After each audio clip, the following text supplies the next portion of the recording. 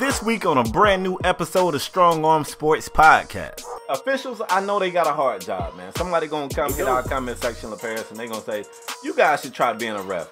Climbing up skyscrapers and cleaning the windows, that's a difficult job. I'm not saying I can do it better than the person who got that job. But if I'm on the 50th floor and the smudge is on the window, I ain't gotta be a genius to realize whoever cleaned it did a bad job of it. We supposed to be the losers, but we winning though. They used to laugh at us, now we grinning though. They used to tell me never in my lifetime. I guess they wasn't in their right mind. Underdog. What's going on, folks? Welcome to a brand new exciting episode of Strong Arm Sports Podcast, the realest sport podcast in all the land. True. I'm talking about in all the land. True. Man, this is our job. We come through here and we wrap up the previous week in sports and we bring it to you guys in dramatic fashion. No BS, no sugarcoating, and no biases, just the strong arm truth. This happens to be your first time watching our show on YouTube or listening to it on any of our various podcast avenues. I'm one half of the show. I go by the name of K Spade, the prospect. And I'm your boy, ep157, and together we form Strong Arm Sports Spade. Yes, sir.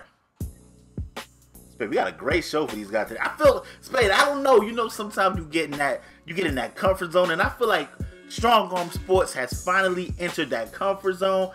Our last couple of shows has been, all our shows are great, but our last couple of shows, I feel like we in our prime. I feel like we've been on fire, bro. Now I'm feeling good. I got a great couple of topics, baby. We're going to start in the NFL. You good with that? Bro, we got to start the NFL every show. Yeah, man. I love the NFL. The NFL is the best league out there. You know what? We'll talk about that another day. Spade, I'm starting in the NFL. We're going to take it up to my neck of the woods. We're taking it to New York. We're going to talk about these Giants, man. You guys didn't know? The Giants suspended Eli Apple for conduct detrimental to the team. Not only was he suspended a few times this year, but Spade, it's been some issues inside that locker room. Landon Collins even said, like, it wasn't, usually teammates will put that anonymous quote out. Nah, Landon Collins said, put my name on it. Landon Collins came out and said, Eli Apple is a cancer. It's a cancer to the team. I mean, we only heard that not necessarily from a teammate, but we heard people call Terrell Owens a cancer. Media people called Terrell Owens a cancer to a locker room. We heard that from a couple of people. We heard that from Randy Moss. I mean, we heard that about Randy Moss in his Oakland days, not so much so in Minnesota and with the Patriots, but we did hear that from about Randy Moss in his Oakland days with Spade. It's rare that you hear a teammate put his name on it and be like, man, this guy's a cancer. He don't need to be here. Spade, I got a question for you. Yes. Is that right for Landon Collins to come out and say? And what's going to happen with Eli Apple? Like, they just drafted this guy. Like, this guy was a hot pick. Should they cut ties now? Like, is he bad morale? Like, is the morale bad with Eli Apple in there? Talk to your boy. I think they might have to. And it's crazy. Obviously, I don't know, much about this guy. I know that his mom kind of became a bit of a star after he was drafted. I know she's very forthcoming with her opinion. And I imagine, the apple probably don't fall too far from the tree. So she's real free in what she says and how she feels. And he probably does the same. But the thing that really makes my ears perk up about it, Landon Collins has been, he's been like the perfect teammate as far as what we get from his teammates and members of the media since he's been in the league. Mm-hmm. And we've never seen anything like this from Landon Collins. Never heard him call out another player, let alone a teammate. So I feel like if Landon Collins feels strong enough about this to come out and say, look, this guy's a cancer. It was another issue. I was actually looking for it when you was talking. It was another issue where somebody on the team, and it may have been Landon Collins, somebody said that I spoke with Eli Apple about this, something. And Eli Apple came back and said, well, we didn't have a conversation. We never even had that conversation. Mm-hmm. And whoever it was, and once again, I think it was Landon Collins, said, well, I guess maybe. I'm pretty sure it was. Yeah, he said, well, I guess he don't listen. I guess he's got a problem listening because we definitely had this conversation. So I don't know if the young man is just feeling himself. I don't know if the losing, and everybody knows losing affects people differently. That's why it's tough for you to evaluate people when everything is all pretty. Like, we all great people when we winning and everything in life is going perfect. The real measure of a man is how he react when things go bad. And I'm telling you, man, they said that, like, him being suspended for behavior detrimental to the team, this ain't It's his first suspension that I know of, but it's not his first issue with his behavior. They said he yelling at coaches. Like, I don't know, man. It might be an issue. And at this point, man, you the Giants, y'all bad anyway. So ain't nobody on that team so valuable that you feel like you're going to stick with him. If it is, that person is Landon Collins. I had him in my top 5 safeties. I didn't have Eli Apple in my top 5 cornerbacks. That's a no-brainer. Landon Collins, to me, is, if not one, I will say the best player on that defense, if not one of them. Definitely. I mean, you know, you can argue, we can say Olivier Vernon, Pierre-Paul, whoever. Right. But he's definitely one of the 3 top players on that defense. Definitely a stud, a young player. Spade, we had him very high on our safety list. And I mean, if you're a superstar, I would consider Landon Collins a star. If you're a superstar player, come on and say this guy's a cancer, then I feel like you gotta let him go. See if you can get some trade bait. I mean, Eli Apple hasn't been tearing it up on the field when you could be like, yo, we cannot lose this guy. Right. Now, whether you believe that he got drafted high, whether you believe he's a top talent or not, you just cannot have that morale. So that if Landon Collins came out and said that, you got to believe that's how Spade out. If I say something from Strong on Sports, 9 times out of 10, me and you have had a conversation about our show. If we was to just have a sponsor and it's something, and then people be like, whoa, that's their sponsor. I wonder how Spade feel about that. 9 times out of 10, I done talk to you about this sponsor. Like, yo, you good with this? So before Landon Collins came out and said this guy's a cancer, I'm pretty sure he talked to other teammates like, yo, what's up with this guy? And I'm pretty sure other guys feel that way as well. Mm-hmm. The crazy thing is, like you said, the Giants has, you know, they haven't been good. They not only did they suspend Eli Apple, but earlier in the year they suspended Jack Rabbit. They suspended a bunch of people on that defense. The only thing that's been there all year has been Landon Collins. He's the leader of that defense, in my opinion. And I feel like you got to cut bait with Eli Apple, man. And I know they drafted him high. I feel like you got to put him on the block, get a change of scenery, see if you can get something in return. The bad thing about that is when these NFL teams, they know like you got to move them. They're going to try and lowball you. Maybe you get a 6th, 7th round pick. They try to lowball you when Landon, especially when Eli Apple was a high pick. Mm-hmm. When Landon Collins then came out and said he's a cancer to the team. I feel like you gotta cut bait, Spade. You gotta cut bait. I mean, I guess I'm gonna ask you this right here before we move forward. Do you feel like? Right. I mean, you're not saying I wouldn't, but are you writing him off? I mean, he's still super young, so maybe in another situation he can kind of live up to some of that draft hype. A change of scenery. I keep speaking about a change of scenery. Sometimes a change of scenery help people out, and I think Eli Apple definitely needs a change of scenery, because whatever is going on in that Giants locker room, it is not working out. He got to get out of there. They got to let him go. They need to trade him before the draft. Yeah, I agree. I mean, he's still so young. That's what I was gonna say. Like, I don't think I'm trying to remember back to his rookie year. I don't think it was outstanding, but I don't think it was terrible. And he definitely didn't have teammates saying that he was a cancer and he wasn't being suspended and he wasn't yelling at coaches. Man. So the losing, I gotta tack it to the losing. Maybe it's not that, but it's the only thing I see over there with the Giants. They're a terrible team. Let's move forward though, if you good with that. Yeah, let's get it. You talking about one team? You said this is up in your area because it's close to where you live. But this next topic is really close to your area because I want to talk about your team. I'm talking about the Dallas Cowboys. So we just picking on my area. So we just picking on my area this whole show. Right. Look, I want you to feel important. Listen, man. I don't know if you know this or not, LaParis, but ain't gonna be no postseason for y'all. Did you know that? Nah, I'm not even joking. How the Dolphins do this shit, Spade? Nah. Listen, bro. You so defensive. I'm just asking the question. You asked me a question. Listen, you're so defensive. This is my segment. Relax. Don't be so defensive. Okay. I'm not attacking you. I'm just asking a question, bro. Attack. All I want you to know is you guys won't be going to the playoffs. Now that was determined in Who the Dolphins playing in the playoffs, Spade? Listen. I'm just asking. That was determined during a hard-fought game against the Seattle Seahawks. It's what happened after the game that caught everybody off guard. I mean, we didn't really expect y'all to beat the Seahawks. Y'all really haven't been playing that good. So. I did. If Dez can catch. Wow. If Dez can catch. Wow. Cowboy fans, they turn on they guys. When Jarvis Landry drop a pass, I'm still right there cheering them on, and that's why Dolphin fans are better. But anyway, let me get on my topic, Jarvis Landry catching 2-yard drags. Let me get on my topic. Bro, it's what happened after that game that had everybody scratching their head. So if you don't know this, man, all-pro safety, one of the top safeties in the league, Earl Thomas, came to the Dallas Cowboys locker room after the game. Now, that's not that strange because everybody know he and Dez Bryant are friends. All right? So he go over there. I guess he's going to talk to Dez Bryant. And head coach Jason Garrett was a little cautious about letting Earl Thomas in the locker room. First of all, them Cowboys over there licking their wombs. They just got beat. And that's womb with a B, not D. Womb. They licking their womb. And Garrett was kind of like, you know, what the hell you want? I don't know why you over here. And he told him, he said, Garrett, if y'all get a chance, come get me. And then he went in, and of course he said that he told Dez Bryant, you know, good game, and he love him, whatever. But everybody heard this man tell Jason Garrett, look, if y'all can, come get me. So, of course, the microphone was thrown in his face, and people wanted to know, like, what was up with that? And he said, look, man, I want to be here. But when they kick me to the curb, and who knows what's going on behind the scenes, for him to talk like that, he might know something we don't know. You know what I'm saying? He said, I want to be here, but when they kick me to the curb, I want the Cowboys to come get me. I grew up a Cowboys fan. That's the only other place I would want to play other than here. LaParis, I'm going to ask you, and I know you biased because the Cowboys is your team. You all right with this?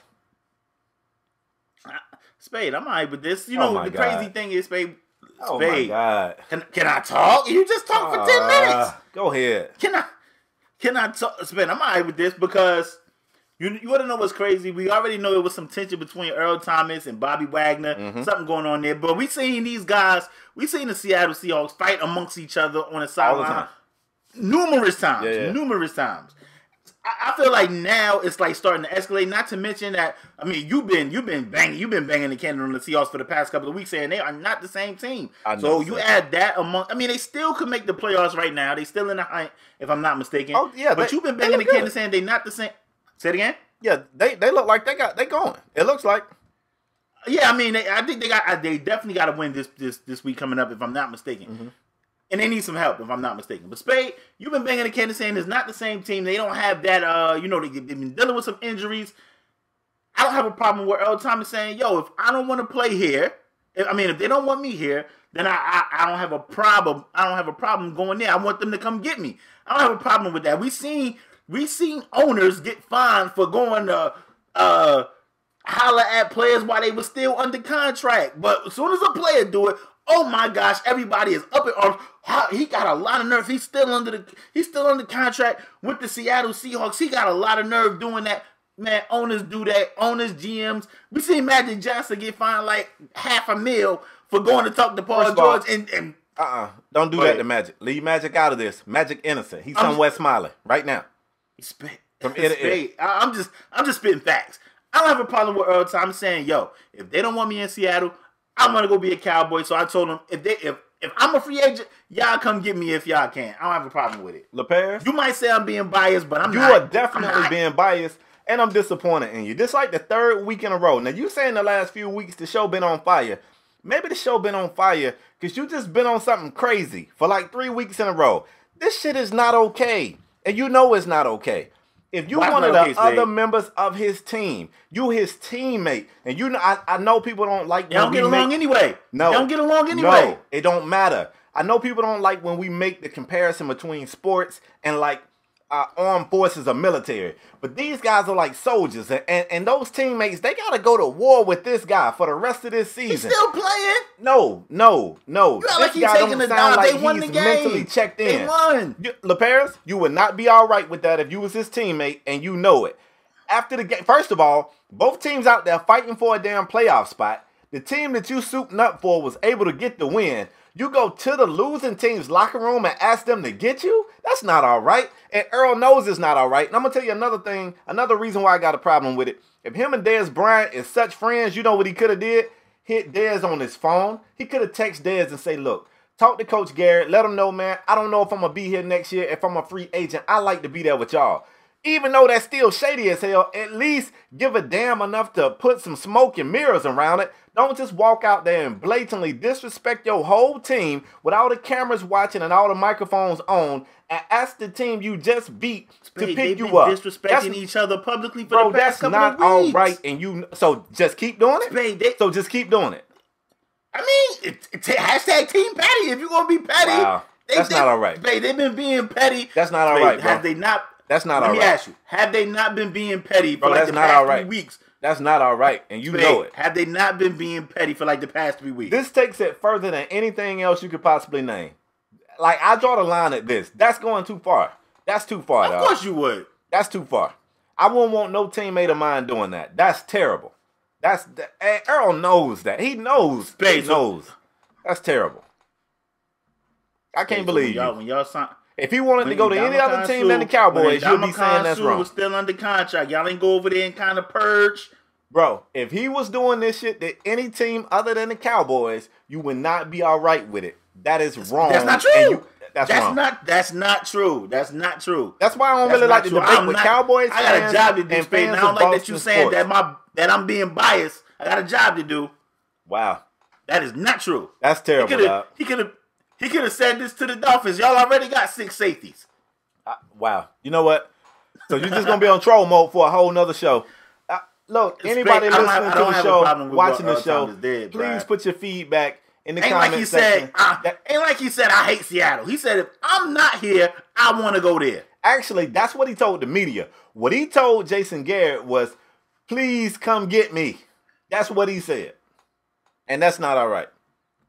Walking around in the damn Seahawks uniform, all in the Cowboys locker room, to my please come get me.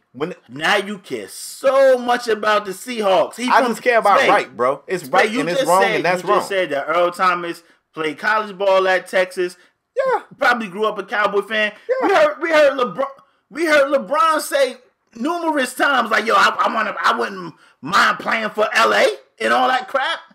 I've never heard LeBron say that. We heard LeBron say I would want to play with the Banana Boat Boys before it's all over. We heard that. I've never heard him say Banana Boat Boys ever.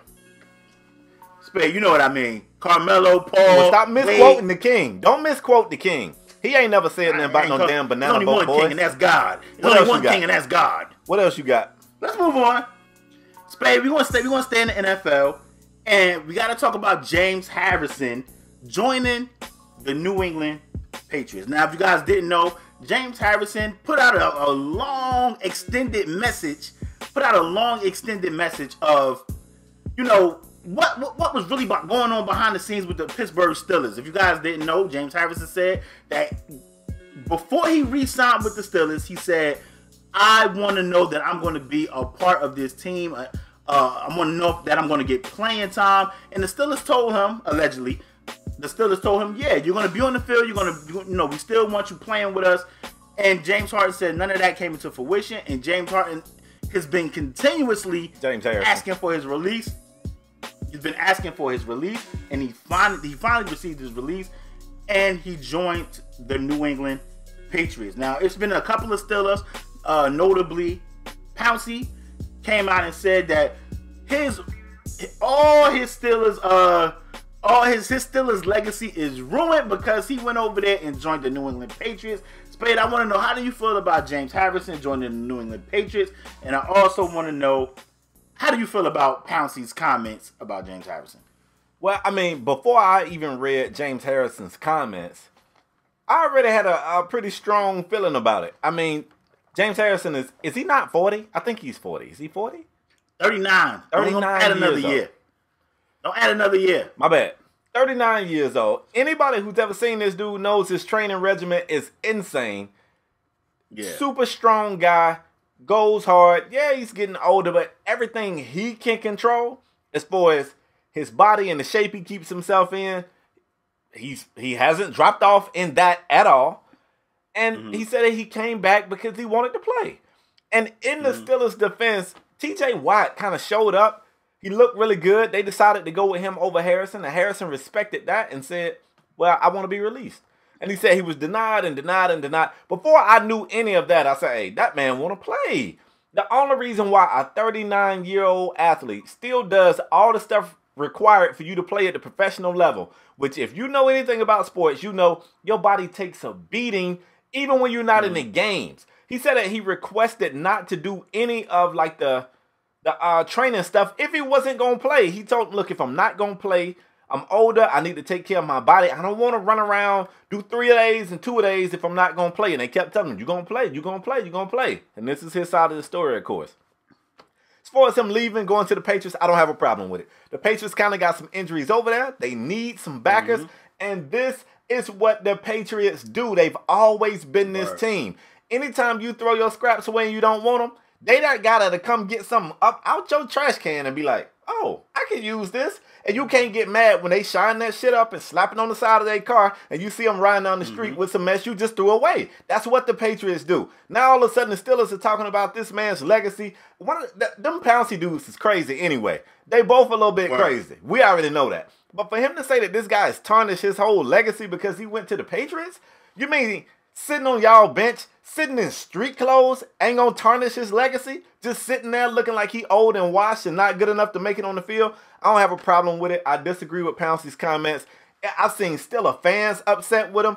They're idiots too. Anybody who's mad at James Harrison on this situation, check yourself. That man want to play, let him play. Let him go play. If y'all not playing him, it's like a girl that don't want you, but she don't want nobody else to have you. Look, if y'all don't want James Harrison, let that man go. It's crazy. I agree with you 100%. I agree with you 100%. The Steelers they're 100% wrong. First and foremost, he asked before the season, am I going to get an opportunity to be on the field? Y'all said, yeah.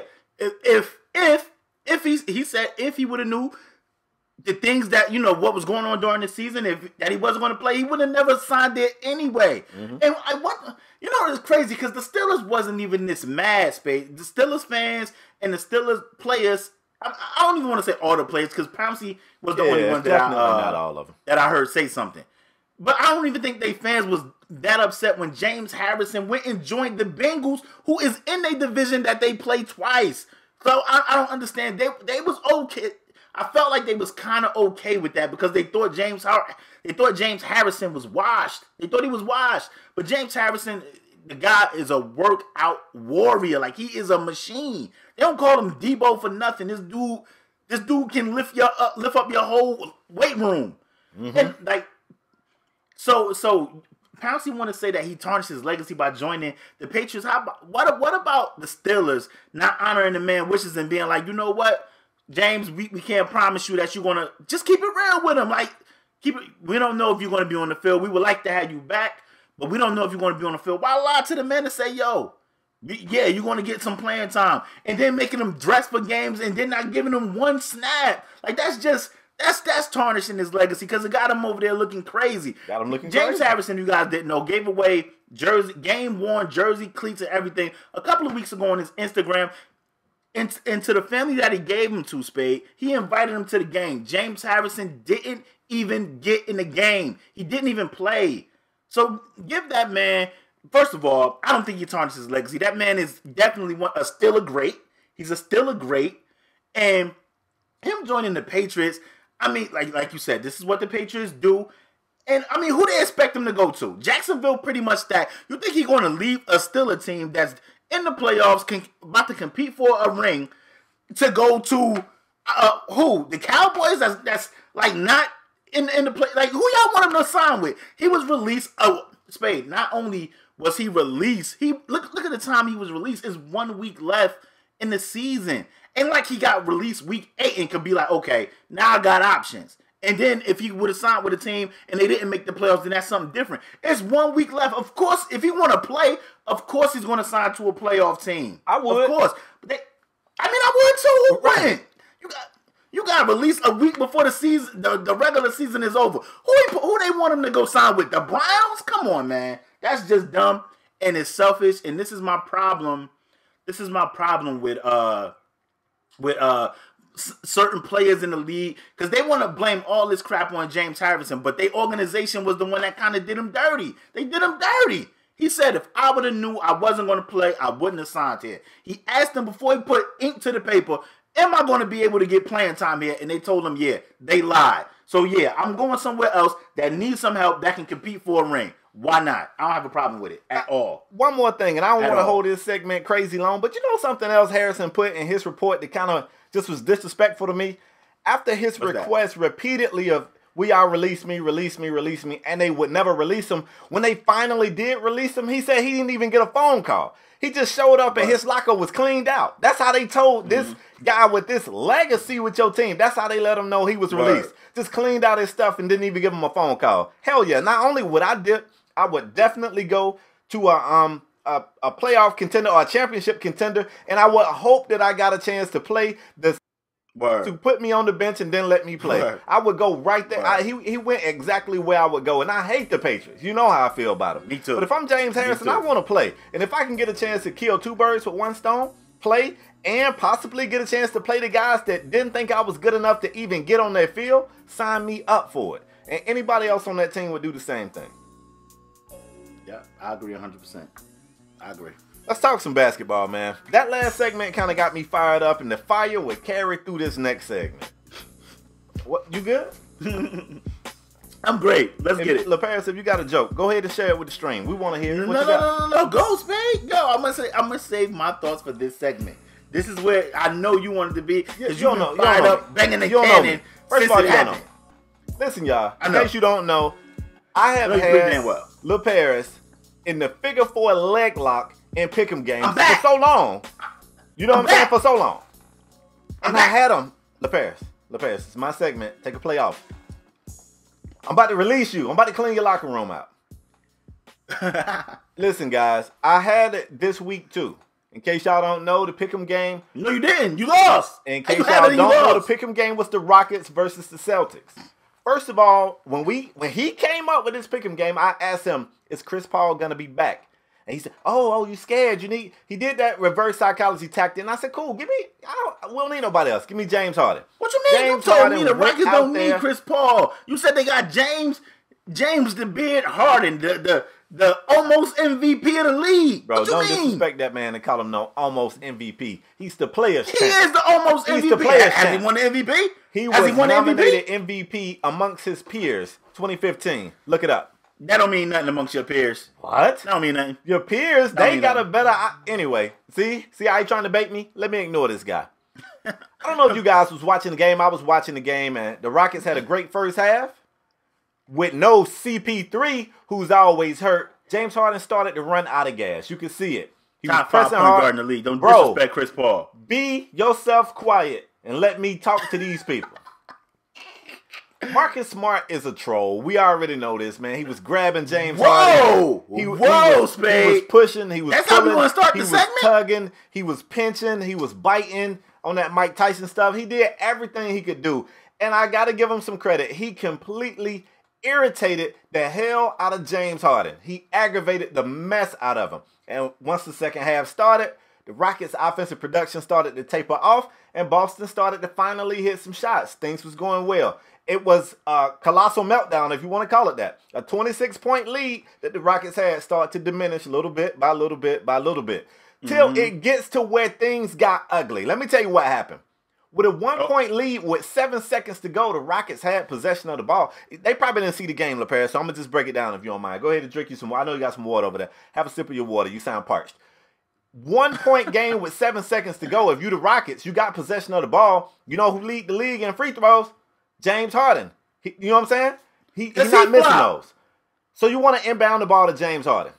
Marcus Smart is bear hugging this man. At one point, I think he had his arms around him and he had clamped his legs around him like a little kid that's holding on to their mom. Come on, Spade. Come on, bro. Look, bro. That's what I saw. Me and you ain't got the same cable company. I probably got better angles than you. You live in New Jersey. Y'all ain't got the good stuff. My glasses, y'all ain't got the good stuff.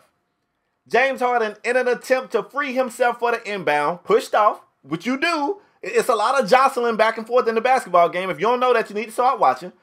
And when he gave a little shove, Marcus Smart, the troll that he is, the flopping professional, the biggest flopper in the league, threw himself onto the doggone hardwood. The biggest flopper in the league is James Harden. LaParis, I will edit you out of this segment and make it look like I'm talking to my damn self. Now, do you want to be a part of this segment or not? Let me know. Because I'm getting good with my editing skills. I will put me in your seat and mine. I would talk to myself on this segment. It'll be two of me. And he fell on the court, and they called an offensive foul on James Harden. It was another pretty bad call in a game. NBA said it was a good call. Full of subpar officiating. At this point, James Harden's attitude level was high. He was pissed off. And that play right there gave up the lead. All right, Boston was able to score. I think they gave it to Al Horford. Al Horford got a little ugly-ass hook shot to go. Boom, they took a 1-point lead. They tried to inbound the ball. James Harden was pissed at this point. He was pushing off before the inbound. You could see it building. Like, he was really upset. Marcus Smart, being the troll that he is, basically did the same thing. Did a better job in the second attempt of not actually grabbing James Harden. I don't know if James Harden was expecting Marcus Smart to grab him again, or if he was just pissed off at this point. But he pushed off. Smart threw himself onto the court again and drew a second offensive foul call on James Harden, thus costing the Rockets the game. The biggest flopper in the league sold 2 flops with under 10 seconds to go. 2 offensive fouls were called on an NBA superstar with under 10 seconds to go in the game, and I've never seen anything like that before in my life. I said on Twitter, the league gonna come back and say that those calls was incorrect. But the league, they've been throwing their damn referees up under the bus all season. This year they decided, oh, we want to protect our referees. They came back and said, oh, the referee got both of those calls correct. They did not get both of those calls correct. I don't even want to throw it to LaParis. I can tell he in troll mode. I don't like when I'm serious and I'm talking to somebody and they silly. It's a game. And they just joking and stuff. I don't like that. So I'm not even going to throw it to him. I'm going to throw it to you guys. If you saw the game, give me your feedback. Do you feel like both calls was right? Both calls was wrong. One was right. One was wrong. Let me know how you feel about it. I think the second one really was on James Harden. The first one was a terrible call. LaParis, let's move on to the next segment. What you got? First and foremost, let's move on to the next segment. Both of those calls was right. It kind of reminded me of James Harden. He was holding me. What you expect me to do? It was kind of just like that Gronk situation that we just talked about a few weeks ago. It didn't. No, it wasn't.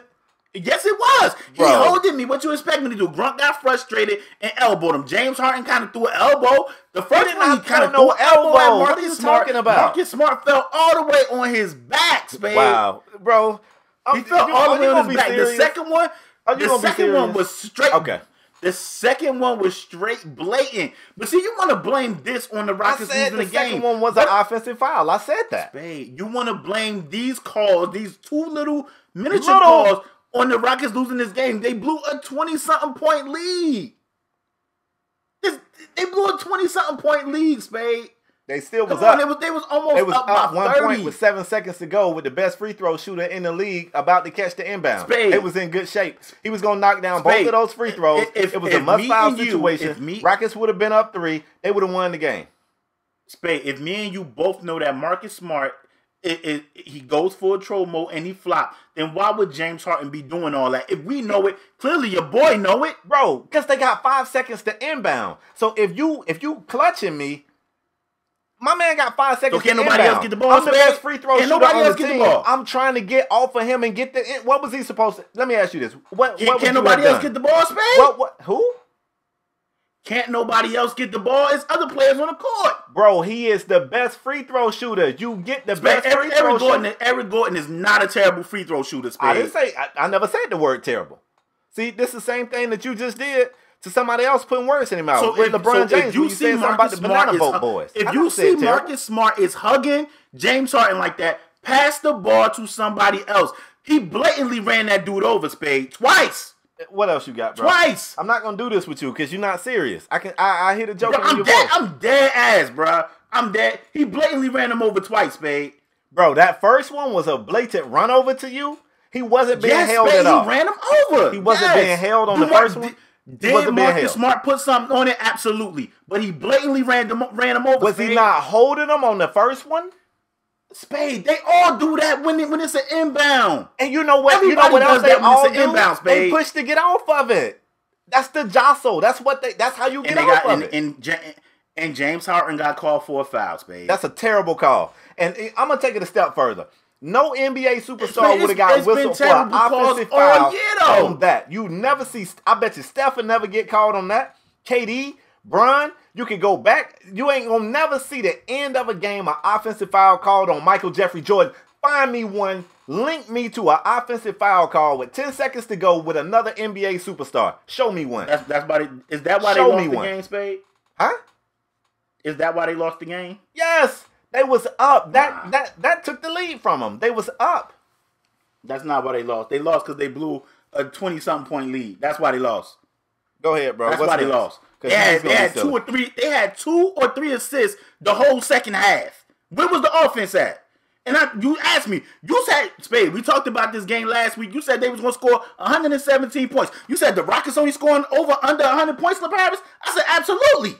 Where was the offense, Spade? They had 3 assists I tell you what in the second half. Or 2 or 3 assists in the second half. Because it's been playing without your boy, who you had the audacity to put in the top now 5 point guards in the league. Now who trolling? I'm not trolling. What you mean? Those dudes was gas. Spade, you just told me they went like 15-1 in another month without Chris Paul. With the Rockets. The Rockets run out again. We saw this last year. This is why they went and got Chris Paul. You just told me a couple of shows ago they went 15-1 in a month without Chris Paul. You told me basically they don't need Chris Paul. Bro, now you blaming it on Chris Paul being hurt? Bro, want me to tell you when they went 15-1 without Chris Paul?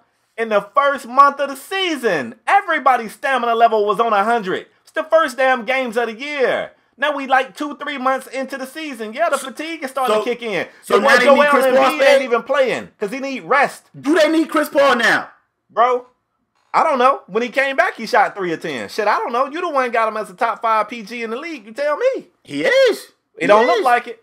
It don't look like it. He had one bad game. Prior to that, he was cooking. He had one Prior bad to that, game. he was in a suit. Spade, prior to that, when he was playing, he was cooking. He was literally cooking. They lost 2 games in his kitchen. With Chris Paul, they had 2 games. When the rest of the guys was out there giving it their all. They only lost 2 games in this season, Spade. Shooting another Cliff Paul commercial. They like 15-2 with Chris Paul, and they like 10-4 without him, or something like that. Bro, what else you got? Because all you gotta do is look it up. This is like how you don't shit. Be serious, bro. I don't like how you don't be serious. You think I'm not serious? I swear to God, on anything I love, I'm dead serious right now. Bro, you just told me they went 15-1 without Chris Paul, and I said last show, they need Chris Paul. You said no, they don't. Now all of a sudden you blaming this loss on Chris Paul. They gonna lose some games without Chris Paul. Yeah, they gonna lose some with him. They just did when they came back. Are they a better team with Chris Paul? Yes. But we all know he can't stay healthy. He's showing us that. So at some point, they're going to have to be able to get it done without him. It's still at that point of the season where if they take a loss here or there, 2-3 in a row, 4-5 in a row, it don't matter. It's still like 60 games left. They need to sit him down, let him get healthy so he can come back and help him get into the postseason where he probably going to get hurt again. The Bears, can you honestly say you okay? 7 seconds on the clock. An offensive foul call on an inbound where the guy is being held. These refs make terrible calls all year, Spade. They've been making terrible calls. The refs have been terrible all year. Okay. All year they've been bad. All right. All year they've been bad, Spade. All year. The NBA came out and said they missed the foul. They missed the foul with LeBron. KD, they said KD fouled LeBron 3 times. Did the ref call it? No. Antetokounmpo, the Greek freak, Antetokounmpo, who we're going to talk about in the next segment, stepped out of bounds and hit a game winner. They didn't call it. You know what you're saying right now? People been racist a long time. So I don't care if we tighten up racism now. We've been dealing with racism since the 20s. So why change it now? Because you taking it wrong a lot don't mean we don't have a right to expect better. Yeah, they make bad calls a lot. That don't mean we should be all right with it. That's a bad call. It's sports. My point is, there's something wrong. That don't mean you just get accustomed to it being wrong. We still got the right to expect them to get better. That was piss poor officiating, and it cost the Rockets a win. Let's move on. Let's do that, because you're just going to troll. I'm dead ass. I'm not even trolling. Speaking of basketball, we just spoke on, I just said the Greek freak. He stepped out of bounds on a game-winning shot. He stepped out of bounds on a game-winning shot versus the Thunder. The Bucks got the win. He blatantly stepped out of bounds. The problem is everybody is in an uproar because the refs didn't go to the review table to review the last second shot, and it got a lot of people upset. Spade, I'm interested to know how you feel about Greek Freak when he stepped out of bounds, hit the game-winning shot. Refs didn't even go to the review table to review it. They ain't even send it to Secaucus to review that joint, and the Bucks was able to get a victory over the Oklahoma City Thunder. How do you feel about that? I'm going to tell you how I feel about it. I was telling somebody, I was talking to Philly, and I told him, I wish our show was big enough that we had someone in charge of like being able to archive previous shows and be able to pull certain things. Because we say a lot on this show that I want to refer back to, but I don't remember what episode and I don't remember what segment and what timestamp in the previous shows. I think it was last year. It was a coach in the WNBA that was upset about some bad officiating. And she said, you know, I feel like the WNBA game, we don't get the better officials like, you know, the male game does. And I think it cost us. And I jokingly said here on the show, I don't know if she just don't watch the male game, but officiating is pretty piss poor all the way around. Look, the officiating for the NBA this year has really been the sore spot for this. Y'all know, I cape for the NBA. I like the NBA. I like the side stories. I like the entertainment it provides. Even though people says this sport lacks parity, I still love the NBA. The thing this year that's really just kind of ruined it for me is the officiating. It has been bad. They talk about, you know, officiating not being consistent. It's been consistently bad this year. And if you got a rule in your book that everybody in the whole damn arena saw a footstep out of bounds, everybody saw it, but you can't change the call because no whistle was blown, so you ain't got the right to override what you know you called wrong, I got a problem with that. And they're going to come back with that bullshit-ass report, that 2-minute report, and say, oh, we was wrong. OKC should have won because Giannis stepped out of bounds. I don't know. I don't like the 2-minute report. They say it's for transparency to show the world that they right or wrong. And I tried to buy into it. I don't even buy into it because they still lying like they did in the James Harden thing to protect the officials. They're saying that both of those calls were. So like if you're going to lie in the 2-minute report, it really makes no point to bring it up. It's just disappointing, man. Russell Westbrook and the OKC Thunder, they've been struggling all season. And they actually deserve to win this game. Russ looked like Russ of old. Like, he really played big in this game. He destroyed Thon Maker. He made a huge 3 down the stretch to put them guys up. And they deserve to be able to celebrate that win. And instead, they're going to get some text message to say, oh, our bad. Y'all should have won. It's terrible, dog. It's terrible. They got to tighten it up. The officials got to be held accountable on just terrible calls like that. Now, that I agree with. But you know what? The officials have been bad in the NBA and NFL all year. They've been, I don't know, it's like a collective bargaining thing going on with the refs. These refs have been trash. Let me tell you what I want. You know, people have a player play bad. You know what they got to do? They got to go stand at that podium and talk. They need to start interviewing these refs. These refs need to have time with the media. That's what they need to do. So when a ref make a bad call or the ref make the wrong call or when they make the right call, they should have to go to that podium and they should have to receive some questions from the damn media. Like, hey, what did you see? Because we've seen Greek Freak step out of bounds. So what the hell did you see? And do you think it was the right call? And do you think it should have been reviewed? They need them refs to go to a podium and take some tough questions. These refs, they make a bad call. What they do, they go right on to the next city, right to the next game. They be reffing 5-6 games a week. These refs need to be getting interviewed by the media as well. Now I don't know if refs get reprimanded for making bad calls. Maybe I don't know if they get money down from their check. I don't know if they get suspended a game. I don't know what type of things the refs get when they make a mistake. But I mean, that to me, it was blatant. I don't know what the hell the ref was looking at.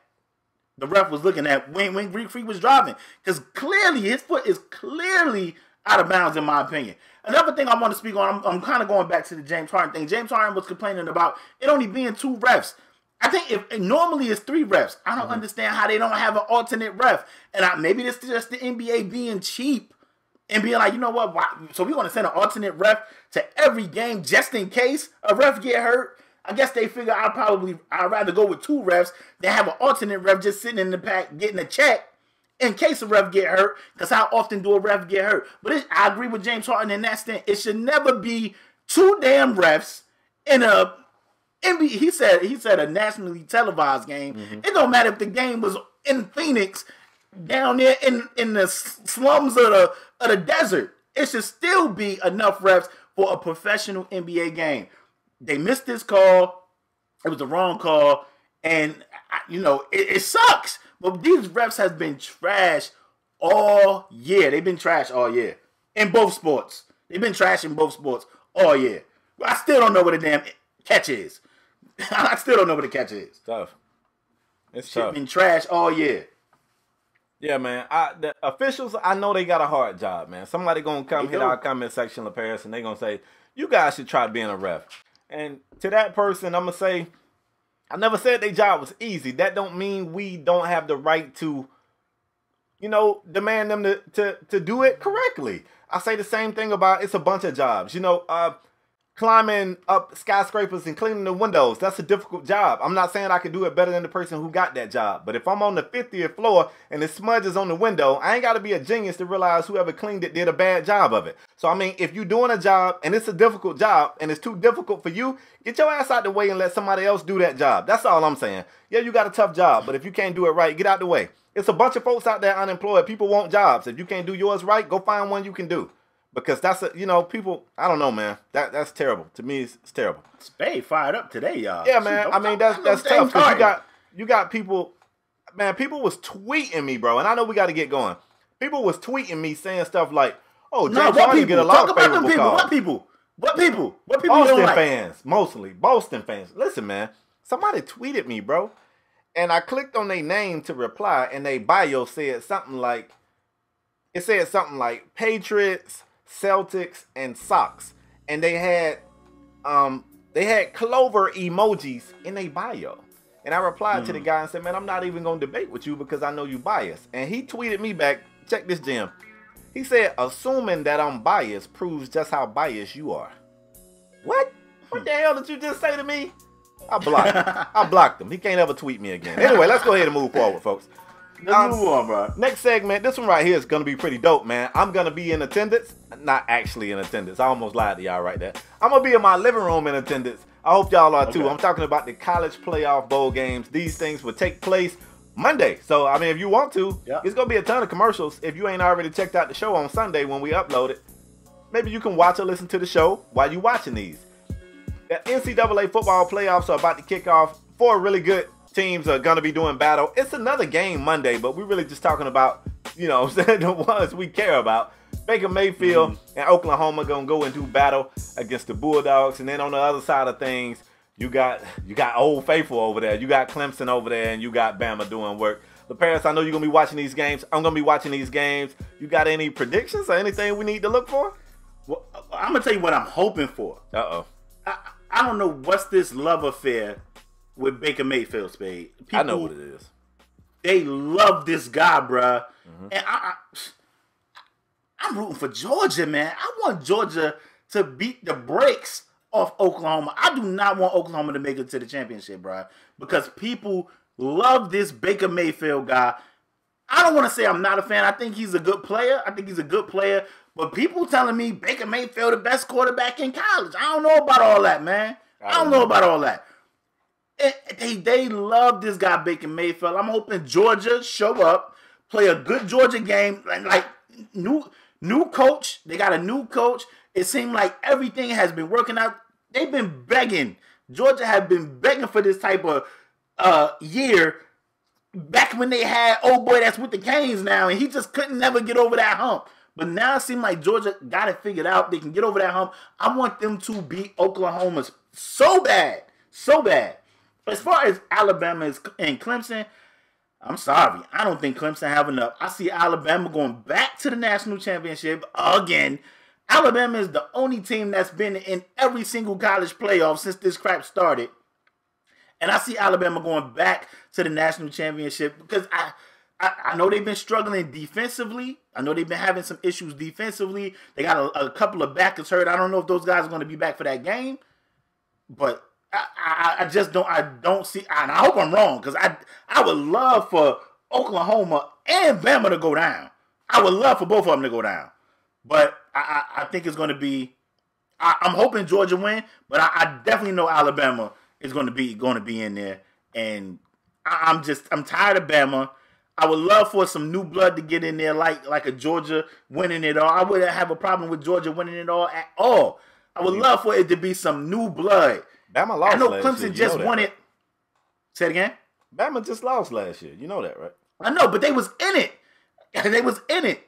I don't even want Clemson to win it. Clemson in the ACC. I would love for somebody new to win it. I would love for Georgia to win the championship, Spade, the national championship. Go ahead. I mean, I hear what you're saying. I kind of wanted a prediction. Instead, you kind of came through and told me what you hope. So I'm gonna switch it up. I'm gonna give you like something to keep an eye on.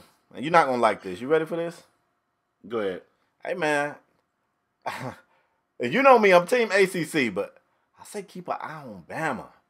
If you think Bama okay with the way Clemson did them last year, you got another thing coming, man. If I know Nick Saban, like I know the evil genius Nick Saban, he got them guys getting ready. I agree, Spade. They win in that game. I would love for Clemson to win, but they win in that game. And I'm gonna tell you, man. That game. Yeah, Clemson has kind of looked shaky. I know they took care of business against Miami, and that final score looked way worse than that game really looked. Miami had a couple of scoring opportunities early in that game that they didn't capitalize on, and that changed the game entirely. You wasn't watching. You was too busy watching y'all. LePage, you know y'all just had a bowl game. Here we go. Here we go. No, I'm saying, y'all won. We won, too. Y'all won. Yeah, I was just making sure you know. It was like the sub 500 bowl, something like that. But y'all won that guy. Y'all won. First of all, I'm Team ACC, let me tell y'all about my boy Spade. My boy Spade called me and said it was 10:30 in the morning. He said, you know the nose at halftime. It was 10:30 in the morning. He trolling like we played that early in the morning. 10:30 in the morning, he called me like the nose at halftime. Bro, we ain't played that early. We played at like 1 o'clock. My bad, bro. I thought it was still on when I called you. But yeah, man, I don't know what to say about what about the Georgia-Oklahoma game?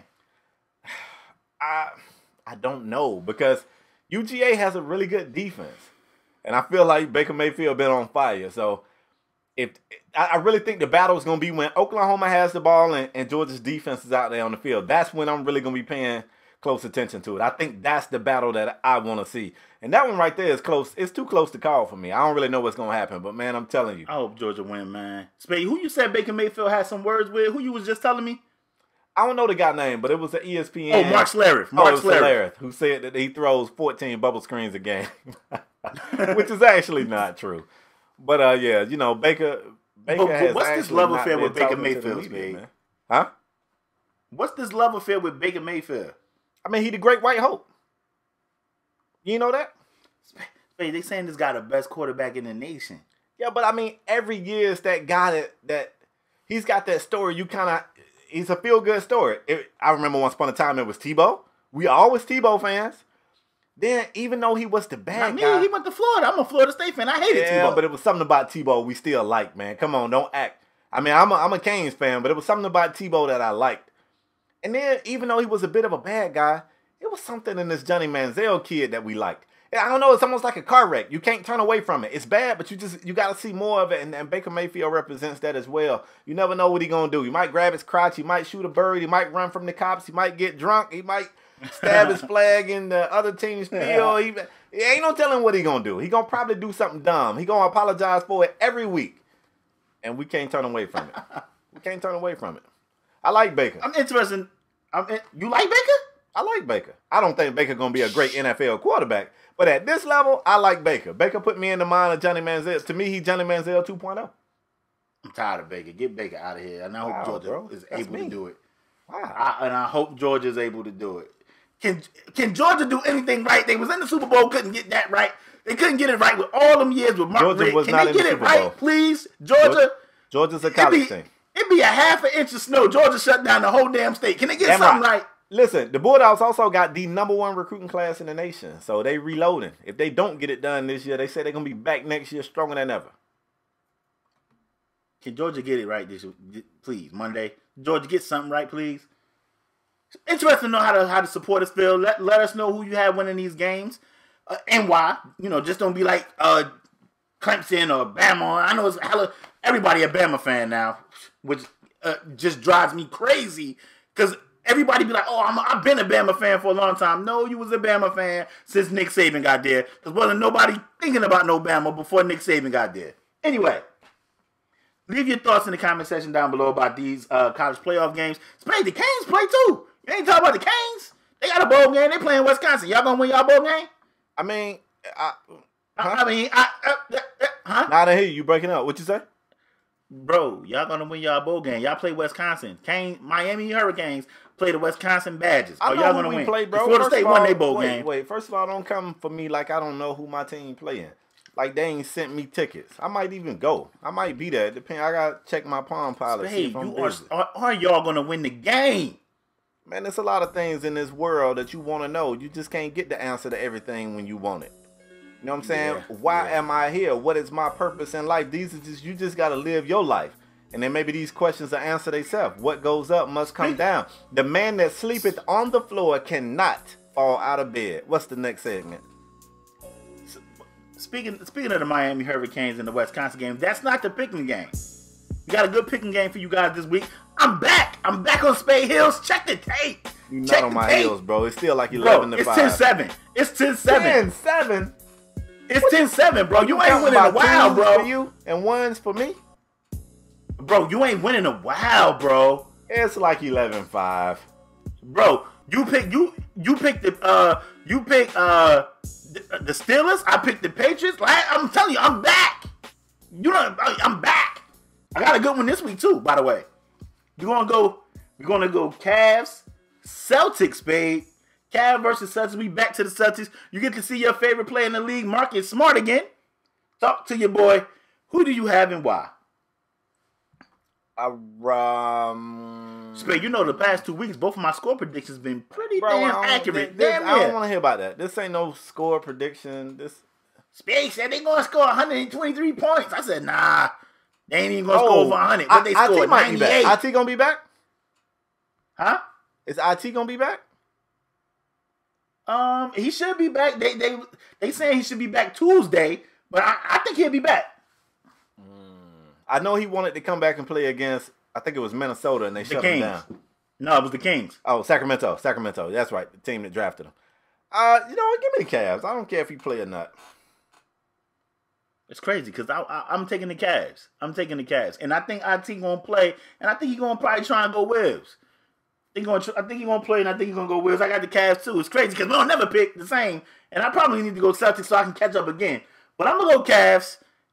I shouldn't go with you because you've been on a losing streak lately. Check the tape. Losing streak. I lost like 2 weeks. You lost 3 in a row. You lost 3 in a row, 2. bro. Check the tape, Spade. You lost 3 in a row. First of all, you don't count that good. I got it wrote down right here. Check the tape. You don't write that good either.